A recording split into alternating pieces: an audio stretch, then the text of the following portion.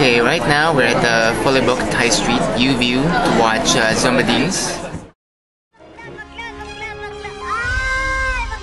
Oh, bakla nga ako. Pero ikaw bata ka. Paglaki mo, magiging bakla ka. Eyelashes. Wala kang suspect. Maski na lead, wala. Opo. Remington? Ikaw si Remington? Oo nga, kilala mo ko? Yan ang bahay nila. Sino? Hindi yung kausap mo kanina. May namatay ba? Yung tatay ko. Yung tinawag mong bakla? Remington. Hi, Moja Kels. Nagkamali kasi ako sa'yo. Pero iba ka pala. Si Remington. Babago ko. Gusto ka bang ipagtapat sa akin? Bakla ka ba? Bata pa ako siya.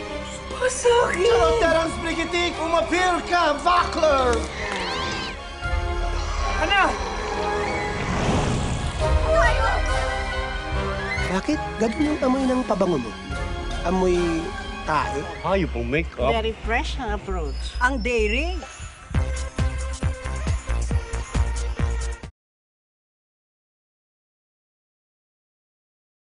Feedback kay Martin. So, unanimous. Alam mo yun? So, lahat ng reviews, early reviews so far, or tweets, yun talagang si Martin talaga parang, ano ba yung sabi? Basta, he's a revelation and surprise. Is a big surprise. And, yun na nga, tapos sinasabi pa nila na, kasama niya sa cast si Roderick Paulate, si Eugene Domingo, si Martin parang may chop siya to may potential siya to follow in their choice. So, pag nag-meeting kami, naluloka kaming lahat kasi gusto namin mapatayan. Kasi ang daming ideas and usually hindi kami unanimous sa kaya gusto namin yung idea nito. Hindi kami unanimous rarely. Tapos nung pinitch ko yung idea nito sa email, lahat sumagot na gusto nila.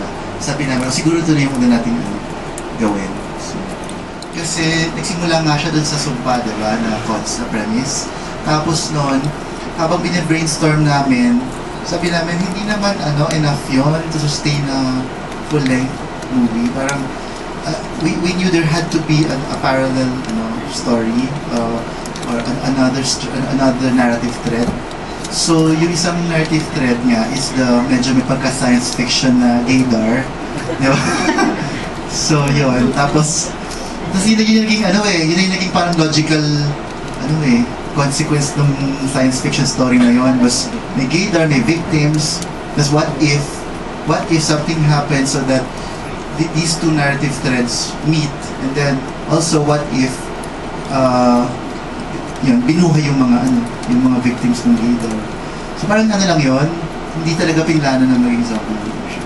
Karamihan ng gays na nakapanood, including Danton Remoto, si J. Neil Garcia, nagustuhan nila, and kaya ang haba-haba ng sulat ni J. Neil Garcia dun sa kanyang sa Facebook. Pero ang lang talaga niya, nung chinat niya ako, it's so funny. Actually sila na nag-defend sa amin na it's not anti-gay. I mean, kami naisip namin yun, nung kinoconceptualize pa lang namin. Sabi, sensitive, ginawa natin sumpa yung pagiging bakla. Pero I think na kung nag-stay lang dun sa level na yun yung story, diba? Pero hindi. So, ang dami kasing clues na pinovided kung ano talaga yung, nasan yung namin. For example, saan yung heart namin, yung sentiments namin, where they lie. You have to watch it. Like, it's will be playing in cinemas like August 31. Watch it! Ay, sorry! Ang galing ni Remington.